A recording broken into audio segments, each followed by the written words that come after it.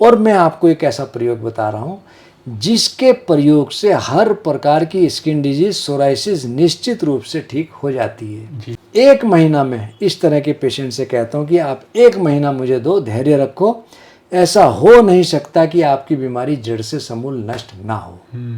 बंद गोभी का पत्ता हो या केले का पत्ता हो, उसके ऊपर रखकर हम किसी धागे से लपेट लें और उसको अगले दिन फिर खोलें। नमस्कार दोस्तों, मैं हूं हिमांशु भट्ट। सोराइसिस से करोड़ों लोग परेशान हैं, लेकिन बहुत से लोगों को सोराइसिस का प्रॉपर ट्रीटमेंट नहीं मिल पाता, जिस वजह से लंबे समय तक ये उनकी बीमारी रहती है और कई लोगों को तो जिंदगी भर इस बीमारी के साथ जीना पड़ता है। लेकिन आयुर्वेद में सोराइसिस का बहुत अच्छा इलाज है और सोराइसिस का यही Ayurvedic treatment the health show में आज हम जानेंगे डॉक्टर दीपक कुमार जी से कि सोराइसिस के ट्रीटमेंट के लिए आयुर्वेद में कौन कौन सी औषधियां हैं और कौन कौन से ऐसे घरेलू नुस्खे हैं जिनके उपयोग से आप घर पर ही सोराइसिस से राहत पा सकते हैं। सर, आपको मेरा प्रणाम। सर, सोराइसिस के पेशेंट अक्सर बहुत परेशान रहते हैं और कई बार तो जैसे मैंने कहा प्रॉपर ट्रीटमेंट नहीं मिल पाता है। तो इलाज जानने से पहले आप ये बताइए कि सोराइसिस बीमारी लोगों को लगती क्यों है, क्या कारण है सोराइसिस का? हिमांशु जी, लोगों में एक बहुत बड़ा इसका भ्रम है कि ये खाज खुजली की बीमारी है। यह खाज खुजली की बिल्कुल भी बीमारी नहीं है। ये एक तरह की जेनेटिक डिजीज़ है और ये आप कह सकते हैं कि ऑटो इम्यून डिजीज़ है। इसमें खाज खुजली बहुत ज़्यादा आती है। एक कहावत यदि आपने सुनी हो, मज़ा 2 चीज़ों में है, राज में या खाज में। तो जिसको राज मिलता है वो अपनी कुर्सी नहीं छोड़ता, लेकिन जब इसकी खाज उठती है तो खुजा खुजा के आदमी इतना परेशान हो जाता है कि ये खुजाते खुजाते कई बार खून तक निकाल देता है। इसमें आपने देखा होगा बहुत से लोगों की लाल से रंग की पैच बन जाते हैं, फिर उसमें सफ़ेद पपड़ी सी आने लगती है, फिर उसमें खुजाई आती है। किसी किसी को किसी मौसम में क्लिक करती है, किसी को गर्मी में, किसी को सर्दी में और किसी को बरसात में जी। और हमारी बॉडी के सेल सबके बनते हैं, मरते हैं, बनते हैं, मरते हैं, सभी के साथ है। लेकिन कभी कभी अननोन कारण से बनने थोड़े ज़्यादा हो जाएं और मरने हमारे सेल्स कम हो जाएं, तब ये बीमारी बनती है सोराइसिस। इसको आयुर्वेद में कहते हैं मंडल कुष्ठ। कुष्ठ तो ये नहीं है, लेकिन कुष्ठ की तरह दुष्ट बहुत है और इसको ठीक होने में बहुत समय लगता है। मॉडर्न साइंस में इसका बहुत रिलायबल सोल्यूशन नहीं है, लेकिन हमारे आयुर्वेद में कुछ औषधियाँ या कुछ प्रयोग ऐसे हैं जिनको यदि हम नियमित रूप से उसको करें, फॉलो करें, तो निश्चित रूप से आप इस बीमारी से निजात पा लेंगे जी। और भगवान के आशीर्वाद से मेरे पास ऐसे सैकड़ों नहीं हजारों पेशेंट हैं जो बिल्कुल ठीक हो चुके, उनकी दवाइयाँ भी छूट चुकी, उनको अब किसी प्रकार की कोई समस्या नहीं है। और इतने खुजली उसमें आती है, खुजा खुजा के खून तो निकलता ही है, उसमें घाव बन जाते हैं और कई बार वहाँ घाव बनने के बाद वहाँ सड़न भी होने लगती है। तो अक्सर लोग इस तरह की बीमारी से बहुत ज़्यादा जब परेशान होते हैं, सबसे पहले मॉडर्न साइंस को ट्राई करते हैं, लेकिन उसमें उनको प्रॉपर सॉल्यूशन नहीं मिलता। इसमें स्टेरॉइड्स बेस्ड जो लोग डॉक्टर्स ट्रीटमेंट देते हैं, बहुत तेज़ी से ये बीमारी घटने लगती है। लेकिन जैसे ही इस ट्रीटमेंट को छोड़ते हैं, दुगनी तेज़ी से ये बीमारी बढ़ती है। तो हमको ऐसा ट्रीटमेंट नहीं करना चाहिए जिसके कोई साइड इफ़ेक्ट हो। मेरा ये सोचना है कि यदि किसी को फ़ायदा नहीं होता तो ना हो, लेकिन हमको ऐसा ट्रीटमेंट करना चाहिए कि किसी को नुकसान ना हो। सर, ये तो आपने बताया ना कि सोराइसिस क्या है, किस वजह से होता है, लेकिन अब सोराइसिस भले खुजली वाली बीमारी नहीं है, लेकिन सोराइसिस में बहुत खुजली होती है, खुजला खुजला के खून तक निकल जाता है, घाव भी बन जाता है। लेकिन नॉर्मल खुजली, दाद खाज की वजह से होने वाली खुजली और सोराइसिस में होने वाली खुजली कितनी अलग है? देखो, जो नॉर्मल खुजली होती है वो सीजनली होती है। हमने कभी बहुत ज़्यादा गर्म चीज़ खा ली, किसी एलर्जिक चीज़ के हम टच में आ गए, या हमको बहुत ज़्यादा कॉन्स्टिपेशन हो गया।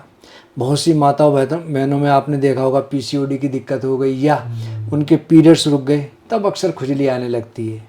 बहुत से लोग गुड़ या ड्राई फ्रूट्स बहुत ज़्यादा मात्रा में खा लेते हैं, तब भी खुजली होने लगती है। तो ये तो एक फॉर ए टाइम बिंग है, समस्या थोड़े समय बाद इसका निदान करने पर ठीक हो जाती है। लेकिन सोराइसिस में जो पैच पड़ते हैं वह पूर्णतः ठीक होने में बहुत लंबा समय लेते हैं। नंबर 2, उनका ठीक होना ये जरूरी नहीं है कि ठीक हो ही हो।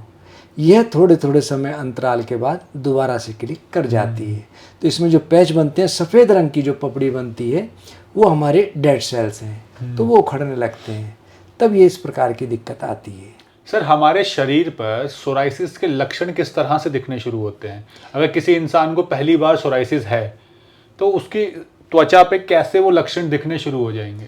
सबसे पहले उसमें लाल लाल से रंग के चकते बनेंगे, और चकते बनने के बाद उसमें खुजली शुरू होगी और सफ़ेद सफ़ेद उसकी जो है खाल उतरने लगती है जी। तो ये हम देख करके हम बता पाते हैं कि ये बीमारी एक्जिमा है, दाद है या सोराइसिस है। बहुत से लोगों को फंगल इन्फेक्शन डेवलप हो जाता है। फंगल वहीं पर हमारा डेवलप होता है जहां हमारा पसीना स्टोर हो, बगल में या अंडर गारमेंट्स जहाँ पर होते हैं उनकी इलास्टिक के पास, या हमारी जांघों में फंगल वहाँ डेवलप होता है। लेकिन सोराइसिस हमारी बॉडी के किसी भी पार्ट में हो सकता है। अक्सर आपने देखा होगा लोगों के स्कैल्प पर भी होता है, सिर पे भी होता है, जिसको लोग सिर्फ ये फ्यास समझ करके, रूसी समझ करके छोड़ देते हैं। लेकिन कई बार ये रूसी ना होकर के जब सोराइसिस होती है तो हमारे सिर में बहुत बेतहाशा खुजली भी आती है और हमारे बालों की जड़ भी कमज़ोर पड़ने लगती है। तब हम मान के चलते हैं कि ये सोराइसिस हमारी डेवलप हो गई। जी सर, सोराइसिस में कौन कौन सी जड़ी बूटियाँ और होम रेमेडीज़ हो सकती है? उससे पहले आप ये बताइए कि सोराइसिस का अगर कोई मरीज़ है तो उसको किस किस तरह का भोजन खाना चाहिए और क्या अवॉइड करना चाहिए? सोराइसिस का मैं आज आपको एक अल्प बताता हूँ। वैसे आयुर्वेद में इसकी एक दवा है पंचतिक्त घृत गुग्गुल, ये सबसे अच्छी दवा में से एक है जी। और पंचतिक्त घृत गुग्गल में अधिकतर फार्मेसी घृत की मात्रा बहुत कम मिलाती है। घृत मतलब घी? घी। इसमें घी इसलिए कम डालते हैं जिससे कि गोली बन पाए। अगर घी की मात्रा ज़्यादा होगी तो गोली नहीं बन पाती। तो पंचतिक्त घृत गुग्गल इसमें बहुत अच्छा कार्य करती है। लेकिन मैं आपको एक बात अक्सर कहता हूँ, सर्वे रोग मलाशरा, सब बीमारियों की जड़ पेट है। हमको किसी भी प्रकार के, खास तौर से खाज खुजली हो, एक्जिमा हो, फंगल हो, सोराइसिस हो या ल्यूकोडर्मा हो, सबसे पहले हमको कोष्ठ शुद्धि करनी चाहिए। पेट बिल्कुल हमारा साफ रहे, उसका विशेष ध्यान रखना चाहिए। यदि हमको कब्ज लंबे समय है तब इस प्रकार की बीमारियां डेवलप होती हैं। तो हमारा पेट यदि प्रॉपर रूप से रोज साफ होने लगेगा तो काफ़ी हम इन बीमारियों से निजात पाने लगते हैं जी। और आयुर्वेद में मैं आपको भी अपनी 3 जड़ी बूटी, 3 दवाइयों के नाम बता रहा हूँ जो इसमें बड़ी कारगर हैं। एक रक्त विकार नाशक, ऊष्वा, चोपचीनी और मजीठ। मजीठ आयुर्वेद में ब्लड प्यूरिफायर बहुत ही अच्छी है और महामंजिष्ठादि क्वाथ से हर प्रकार के स्किन डिजीज से आप छुटकारा पा सकते हैं जी। तो ऊष्वा, चोपचीनी, मजीठ और इनके साथ महामंजिष्ठादि क्वाथ का घनसत्व हम इसमें डालते हैं, तब ये दवाई बनती है रक्त विकार नाशक। हर प्रकार के स्किन डिजीज के लिए बहुत अच्छी है। दूसरा नीम। नीम के गुण असीम, और नीम का हम घनसत्व बनाते हैं। नीम को लिया, पंचांग लिया, उसको कूटा, पानी में खूब उबाल करके छान लिया। छानने के बाद उसको हल्की आंच पर पका लिया तो नीचे जो आपको काले से रंग की रबड़ी मिलेगी वो है हमारा घनसत्व। उसकी हम गोली बनाते हैं 375 मिलीग्राम की। और तीसरा आरोग्यवर्धिनी। पहले जितने भी हमारे समाज के बुजुर्ग लोग थे 3-4 दवाई अपने घर में अवश्य रखते थे। आरोग्यवर्धिनी का नाम इसलिए आरोग्यवर्धिनी है क्योंकि हमारे आरोग्य को बढ़ाती है जी। हर प्रकार की बीमारियों को, चाहे पेट की हो, लीवर फैटी हो, नैश हो, नॉन एल्कोहलिक सीरम हेपेटाइटिस हो या किसी भी प्रकार का हेपेटाइटिस हो, खाज खुजली हो, ब्लड प्यूरिफायर के लिए आरोग्यवर्धिनी बहुत अच्छी है क्योंकि इसमें नीम के पत्तों का रस भी है और शिलाजीत भी है, गुग्गल भी है। और आरोग्यवर्धिनी जो लोग खाते थे उनको कभी कोई बीमारी नहीं आती थी। दूसरा संजीवनी बटी। जब मौसम चेंज होता था फ्लू बहुत तेज़ी से दस्तक देता था तो जो लोग पहले संजीवनी को खाते थे कभी किसी खांसी जुकाम बुखार को उनको नहीं दिक्कत होती थी। तो कुछ दवाई। तीसरा चंद्रप्रभावटी। चंद्रप्रभावटी हमारे आयुर्वेद में यूरिनरी सिस्टम के लिए बहुत अच्छी है। तो इन 3 दवाइयों को अपने अक्सर घर में रखते थे। चौथी अष्टकवटी। अष्टकवटी में सौंठ, काली मिर्च, पीपल, जीरा, सेंधा नमक, हींग, लहसुन और शुद्ध गंधक और नींबू के रस में घुटाई करके बनती थी अष्टवटी। जी। हर प्रकार के पेट की समस्याओं को ये दूर करती थी और ये दवाइयाँ हर घर में मिल जाती थी। लेकिन अब मॉडर्न ज़माना आया, लोग थोड़ा मॉडिफाई हो गए तो अलग अलग नाम से दवाइयाँ रखने लगे। लेकिन हम बात कर रहे थे सोराइसिस की। तो सोराइसिस में मैं 3 दवाई जो मैंने कहा, नीम घनवटी, दूसरा रक्त विकार नाशक और तीसरा आरोग्यवर्धिनी, इन तीनों की 2-2 गोली चलाता हूँ दिन में 2 बार। और मैं आपको एक ऐसा प्रयोग बता रहा हूँ जिसके प्रयोग से हर प्रकार की स्किन डिजीज, सोराइसिस निश्चित रूप से ठीक हो जाती है। जी। मैंने ये प्रयोग सैकड़ों लोगों को करवाया और कभी निष्फल नहीं हुआ। इस बीमारी को दूर करने के लिए हमको थोड़ा संयम बरतना पड़ता है। 1 महीना में इस तरह के पेशेंट से कहता हूँ कि आप 1 महीना मुझे दो, धैर्य रखो, ऐसा हो नहीं सकता कि आपकी बीमारी जड़ से समूल नष्ट ना हो। सबसे पहले हमको कोष्ठ शुद्धि करनी है, पेट का साफ करना है। या तो हम रात को त्रिफला ले लें या एनिमा लेकर के, एनिमा लगा करके हम अपनी कोष्ठ की शुद्धि करें।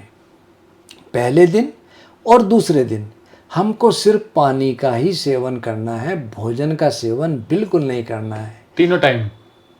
2 दिन पूरे। अच्छा। हमको भोजन ही नहीं करना है, सिर्फ और सिर्फ पानी पर हमको रहना है। जी।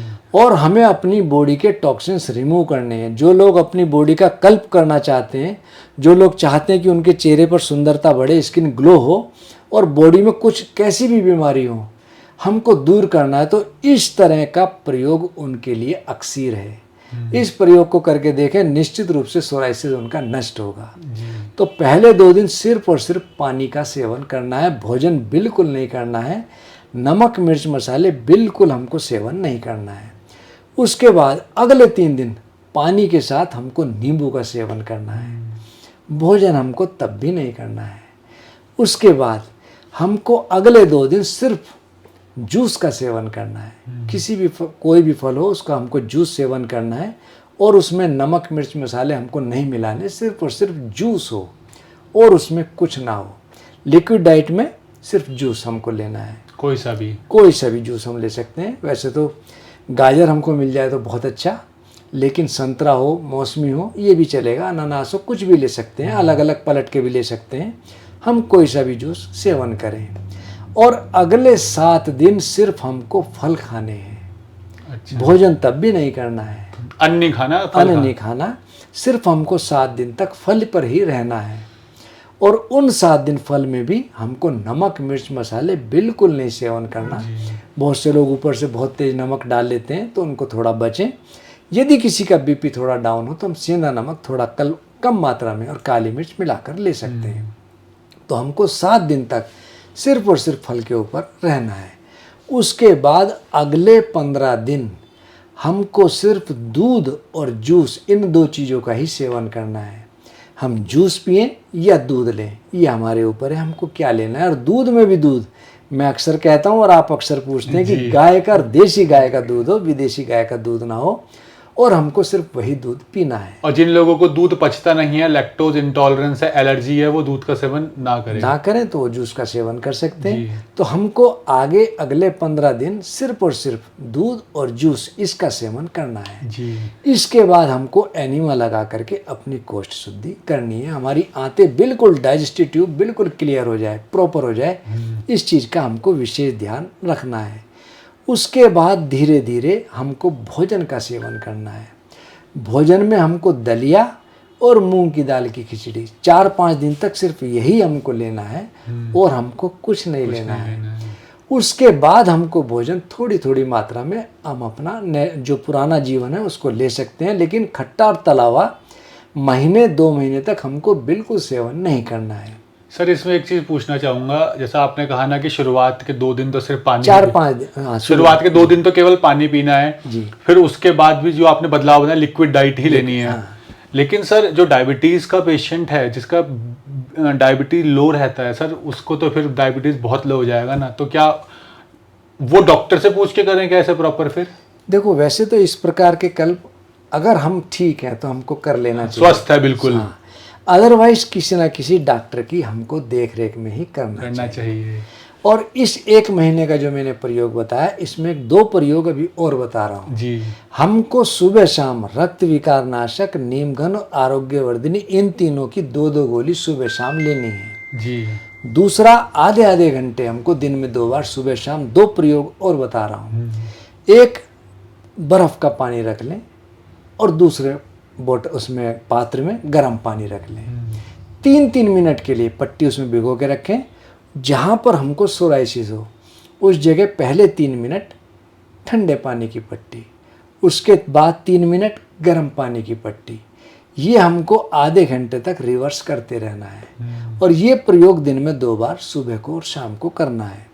जब हमारा आधा घंटा हो जाए उसके बाद रूप परिवर्तन तेल हो या नीम का तेल हो, उसको उस स्थान पे लगा लें। बंद गोभी का पत्ता हो या केले का पत्ता हो, उसके ऊपर रखकर हम किसी धागे से लपेट लें और उसको अगले दिन फिर खोलें। सुबह का शाम को और शाम को सुबह का हम उसको खोलें तो आप ये देखेंगे 1 महीने के इस प्रयोग से हम हर प्रकार की सोराइसिस को जड़ से समूल नष्ट कर सकते हैं। जी और इस प्रयोग में हमको बहुत धैर्य का सेवन, धैर्य का ध्यान रखना है।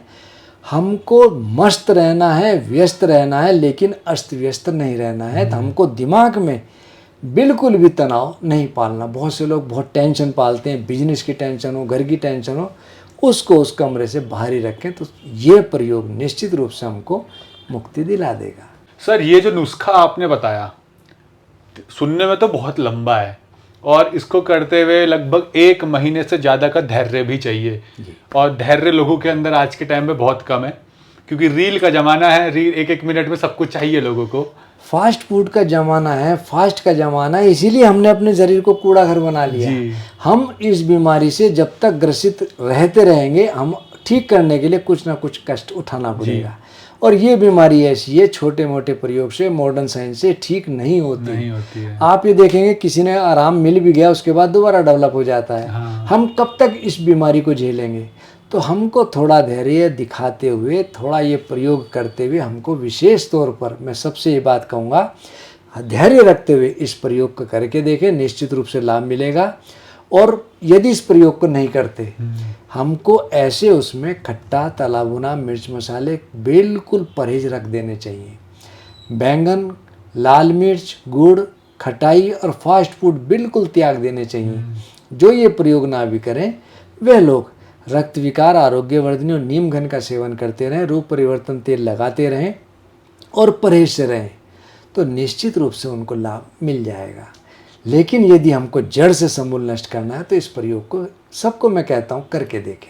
और दूसरा ये है कि अगर प्रॉपर तरीके से ट्रीटमेंट चाहिए तो फिर डॉक्टर की सलाह लेना तो बहुत ज़रूरी है क्योंकि ऐसी बीमारी है ये, डॉक्टर की सलाह के बिना अगर आप खुद ही डॉक्टर बनने लगेंगे तो शायद थोड़े टाइम के लिए तो आराम मिलेगा, फिर लौट के बाद में वापस आएगी और फिर और ज़्यादा प्रॉब्लम ये देगी। तो सर आपका बहुत बहुत धन्यवाद कि आपने ऐसा नुस्खा बताया सोराइसिस का जो शायद मैं नहीं मानता किसी ने भी आज तक कभी सुना होगा, पढ़ा होगा, ना कभी किसी ने इन लोगों को बताया होगा। तो उम्मीद करता हूँ ये नुस्खा लोग अपनाएंगे और इन्हें बहुत मदद भी मिलेगी। तो उम्मीद करते हैं आपने इस वीडियो को ध्यान से सुना होगा। सोराइसिस के लिए बताई गई आयुर्वेदिक दवाइयाँ और नुस्खे को अपने जीवन में आप उतारेंगे और रेगुलर इसका यूज़ भी करेंगे अपने सोराइसिस को ठीक करने के लिए। लेकिन फिर भी अगर आपके स्वास्थ्य से जुड़े कोई क्वेश्चन हैं जिनका समाधान आप चाहते हैं, आप कमेंट सेक्शन में पूछ सकते हैं।